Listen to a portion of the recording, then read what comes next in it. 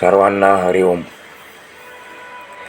कैलास राणा शिवचंद्रमौळी फणींद्रमाथा मुकुटी झळाळी कारुण्य सिंधू भवदुःखहारी तुझवीन शंभो मज कोण तारी कर्पूर गौरं करुणावतारं संसार सारं भुजगेंद्रहारं सदा वसन्तं हृदयारविन्दे भवं भवानी सहितं नमामि.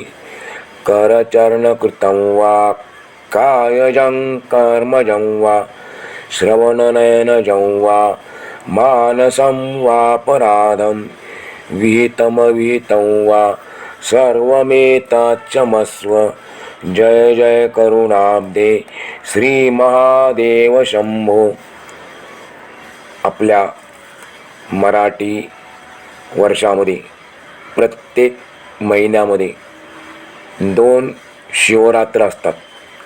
एक शुक्ल पक्षातली आणि दुसरी वद्य पक्षातली.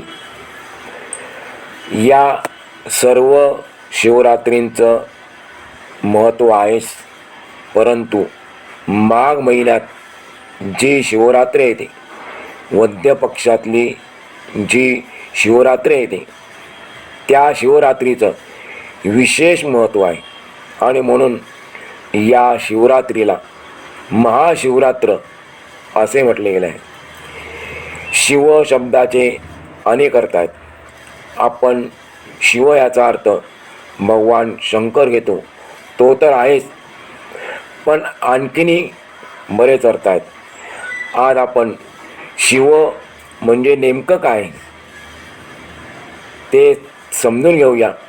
शिवरात्र त्याचा अर्थ काय ते आपण लक्षात घेऊया.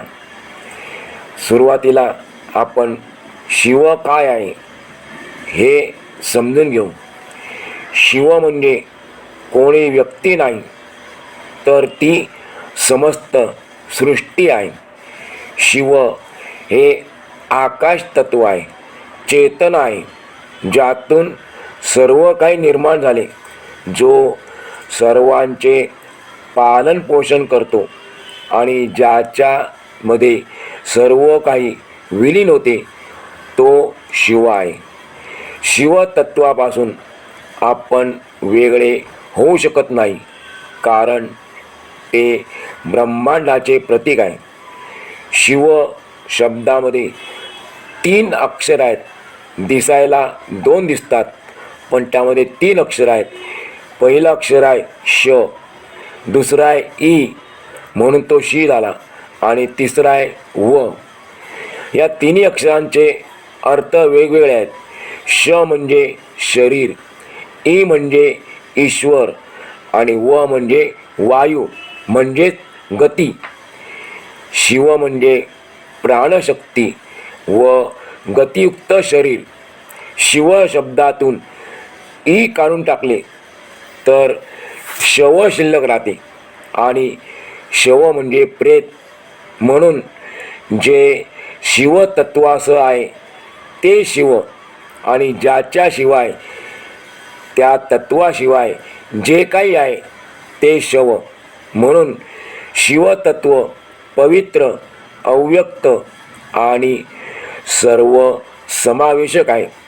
ब्रह्मांडाची चेतना, प्राणशक्ती, शिवतत्व जाणून घेणे म्हणजेच परमानंदाची प्राप्ती करून घेणे होय. शिव कोण आहे याचा आपण थोडक्यात विचार करूया. शिव म्हणजे संपूर्ण जगत, जगतातील चराचरात सजीव निर्जीव सृष्टीमध्ये तोच आहे. शिवाला शरीर नाही, मुळात ती कोणी व्यक्तीच नाही. भावी पिढीला ती अगाध आणि अनंत चेतना लक्षात यावी, कळावी, समजावी म्हणून तिला आकार दिला गेला.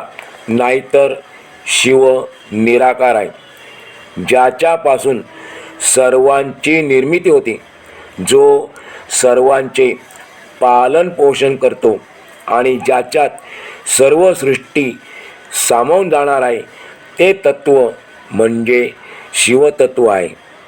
शिवतत्व या ब्रह्मांडातील आर्त उत्कृष्ट तत्व आहे. शिवाचे शरीर आपण निळ्या रंगात पाहतो, कारण अनंताला सामावून येणाऱ्या असीम आणि निराकार आकाशाचा रंग हा निळाच आहे. वैराग्याची प्राप्ती ज्यांच्यामुळे होते, अशी परम आनंदी निष्पाप चेतना म्हणजे शिव. स्थायी आणि कायमस्वरूपी ऊर्जेचा स्रोत, एकमेव चिरंतन अस्तित्व म्हणजे शिव. चराचरातील आत्मा म्हणजे शिव. आत्मा आणि शिव हे दोन्ही वेगळे नाहीतच, एकच आहेत. या ब्रह्मांडातील सर्वात मोठे आश्चर्य कोणते असेल तर ते हे आहे की एकच चेतना संपूर्ण विश्वामध्ये कशी बरे राहू शकते. कारण तिला आकार नाही, परंतु ती प्रत्येक आकारामध्ये आहे. रुद्राभिषेकात उच्चारतात, विरूपेभ्यो नमः, विश्वरूपेभ्यो नमः. विरूपेभ्यो म्हणजे काय? ज्याला कोणताही आकार नाही, कोणतेही रूप नाही, ते विरूपेभ्या. पुढे म्हणतात विश्वरूपेभ्या नमः, म्हणजे तो ब्रह्मांडातील सर्व आकारांमध्ये सामावलेला आहे. दिसणारे सर्व आकार हे निराकार शिवतत्वाचे प्रकटीकरण आहे. शिवतत्व कसं आहे? निराकार आहे, पण आपल्याला जे आकार दिसतात ते त्याचं प्रकटीकरण आहे. शिव सर्वत्र उपस्थित असणारी चेतना आहे, ऊर्जा केंद्र आहे आणि ते अगदी अनादी आणि अनंत आहे. तसेच शिवतत्व शाश्वत आहे. ते जागृती, स्वप्न आणि निद्रा या चेतनेच्या अवस्थांच्या पुढील चेतनेची तुर्यावस्था म्हणजे ध्यानस्थ अवस्था आहे. एक सुंदर कथा आहे. एकदा सृष्टीचा निर्माता ब्रह्मदेव आणि पालनकर्ता श्री विष्णू भगवान असे ठरवतात की शिवाला शोधून आपण ते तत्व जाणून घेतले पाहिजे, शिवाला शोधले पाहिजे. ब्रह्मदेव म्हणाले, ठीक आहे, मी त्याच्या डोक्याकडे वर जाऊन मस्तक पाहीन आणि तुम्ही पायाकडे जा. मग हजारो वर्षे विष्णू खाली खाली तर ब्रह्मदेव वरवर जात राहिले, पण त्या दोघांनाही यश आले नाही, शिवाला शोधू शकले नाही. तात्पर्य काय की शिवाला म्हणजे शिवतत्वाला डोकं आणि पाय नाहीतच, म्हणजे शिवाला सुरुवात नाही, अंतही नाही. शेवटी पुष्कळ फिरल्यानंतर मध्यभागी भेटून ब्रह्मदेव आणि विष्णू यांची भेट झाली मध्यभागी, आणि त्यांनी ही गोष्ट मान्य केली की शिव अनादी आहे आणि अनंत आहे. ते तत्व म्हणजे ब्रह्मांडाचा विस्तार असून हे ज्याच्यात सामावले आहे ती चेतनासुद्धा अनंत आहे. तसेच ते अज्ञात तत्वसुद्धा आहे. ते निव्वळ प्रेम करावे असे शिवतत्व आहे. शिवाला आपण कसे बरे जाणू शकतो? आदि शंकराचार्य वेदसारस्तव स्तोत्राचं नाव आहे, वेदसारस्तव. या स्तोत्रातून शिवाला जाणण्याचे तत्व सांगतात. तपोयोगगम्य म्हणजे शिवाला निव्वळ तप आणि योगाद्वारे आपण जाणू शकतो. ओममुळे आपण जाणू शकतो. जेव्हा आपण ओम याचा उच्चार करतो खोलवर जातो तेव्हा ब्रह्मांडाचा ओम हा प्राचीन ध्वनी आपल्याला ऐकू येतो. ओम म्हणजे आपण सतत जप करतो तो नव्हे, तर सतत ऐकू येतो तो ओम आहे. शिवतत्वाला जाणण्यासाठी प्राचीन ऋषीमुनींनी आपल्याला काही उपाय सांगितले आहेत.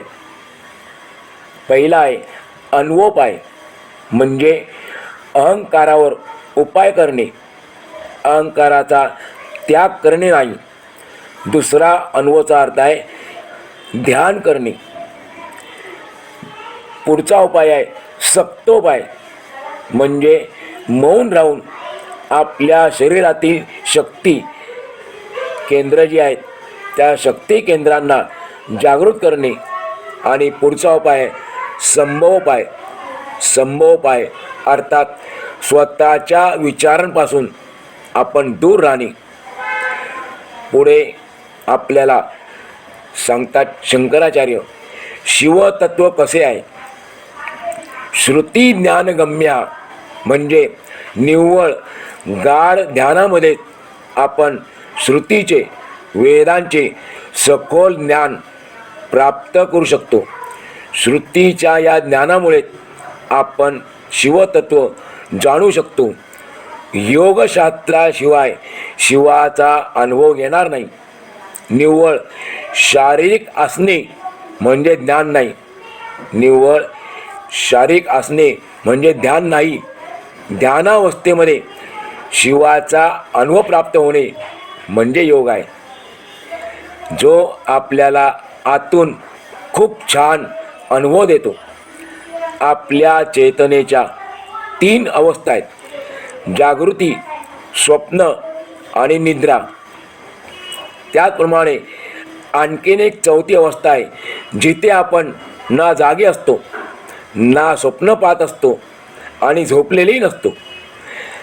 अशा अवस्थेमध्ये आपले शरीर विश्रांती घेत असते, पण आपले मन मात्र जागृत असते. आपण कोठे आहोत हे आपल्याला कळत नाही, परंतु आपल्याला सतत जाणवत असते की आपण वर्तमान क्षणात आहोत. हे शिवतत्व आहे. असा अनुभव आपल्याला फक्त ध्यानावस्थेतूनच येतो. स्वप्न आणि निद्रावस्था नसते, तेव्हा समाधी लागू शकते, जेथे कोणत्याही काळजी किंवा चिंता नसतात. अशी ती अवस्था आहे. मग शिवतत्वाला कुठे बरे शोधायचे? कैलास पर्वतावर नाही, तर जागृती आणि स्वप्नावस्थेच्या मध्ये, गाढ निद्रा आणि जागृती याच्यामध्ये शिवतत्वाला शोधायचे. जेव्हा आपण ध्यान करतो तेव्हा आपल्याला काय अनुभव येतो? जागृत किंवा स्वप्नावस्थेत नसतो तेव्हा त्या 4थ्याचा अनुभव येतो. त्यावेळी आपण त्या शिवतत्वाशी जोडले राहतो. आपले मन ताजेतवाने, सूक्ष्म, सुंदर आणि निष्पाप बनते. हा शिव हिंदू धर्मातील दुष्प्रवृत्तींचा संहारक देव आहे. त्याचप्रमाणे ही संपूर्ण सृष्टी शिवापासूनच उत्पन्न झालेली आहे. शिव हा ब्रह्मा म्हणजे ब्रह्मदेव आणि विष्णू यांच्यासह त्रिमूर्तीतील एक देव आहे. वेदांमध्ये त्याचा रुद्र नावाने उल्लेख केला आहे. शिव हा तत्वरूपाने निर्गुण रूपात आहे, तर त्या तत्वाची ध्यान ही सगुण रूपातील स्थिती आहे. भगवान शिवजी बहुतेक चित्रांमध्ये योग्याच्या रूपात चित्रित केलेले आहेत. त्यांची पूजा मूर्तीच्या रूपात होत नाही, लिंगाच्या पिंडीच्या रूपात केली जाते. उत्पत्ती, लय, क्षमता, शांत, क्रोधी, शीतलता, भस्म करणारे तेज हे शिव संपूर्ण ब्रह्मांडाचे कर्ता धरत आहेत. 33 कोटी देवांचे ते देव म्हणजे महादेव आहेत. ते एक वैरागी पुरुष तसेच सिद्धयोगी पुरुष असून त्यांची उत्पत्ती, भगवान शिवाची उत्पत्ती कशी किंवा कुठून झाली हे अजूनही कोणालाही कळलेले नाही. म्हणून आपल्याला इतर देवांच्या माता पित्यांची नावे माहीत आहेत, पण शिवाच्या माता पित्यांची माहिती कोणालाही नाही. म्हणून त्यांना अनादी आदिपुरुष मानले गेले आहे. शिव हे आपल्या हिंदू धर्मातील एक प्रमुख, परम आणि सर्वश्रेष्ठ दैवत आहे. त्यांच्याजवळ त्रिशूळ आहे, ज्याचा अर्थ शिव हे अस्त्र आणि शस्त्र इत्यादींचे ज्ञाता असून याबाबत अशी मान्यता आहे की जेव्हा शिवाची उत्पत्ती झाली तेव्हा त्यांच्यासोबत रज, तम आणि सत्व यांची उत्पत्ती झाली आणि ते म्हणजे त्रिशूळाचे प्रतीक. त्रिशूळामध्ये सत्व, रज, तम हे 3 गुण आहेत. शिवाचे वाद्य डमरू हे शिवाचे तांडव नृत्याचे आविष्कार दर्शवते. शिवाच्या गळ्यात नाग आहे. त्यामागची कथा थोडक्यात अशी आहे की जेव्हा पूर्वी नागांचे साम्राज्य होते आणि त्यासोबत सागर मंथनाच्या वेळी समुद्रातून अमृत प्राप्त करून घेण्यासाठी वासुकी नागाला दोर म्हणून वापरले गेले. त्यावेळेला समुद्रातून काही गोष्टी अशा निघाल्या होत्या की ज्या काही गोष्टी निघत होत्या किंवा निघणार होत्या त्यांचा कोणीतरी स्वीकार करायचा होता. त्यामुळे अशा बऱ्याच वस्तू भगवान श्री विष्णूंनी स्वीकारल्या. पण जेव्हा समुद्रातून हलाल विष बाहेर पडले तेव्हा ते घेण्यासाठी कोणीच पुढे येत नव्हता, कारण या विषाचा एक थेंबही जर जमिनीवर पडला तर संपूर्ण सृष्टीला ते घातक ठरले असते. म्हणून ते विष शिवाने प्राशन केले. ते प्राशन करतात शिवाचा गळा काळा निळा झाला, त्यांच्या गळ्याचा दाह झाला. त्यावेळी श्री विष्णूंनी वासुकी नाग शिवाचा दाह कमी करण्यासाठी दिला.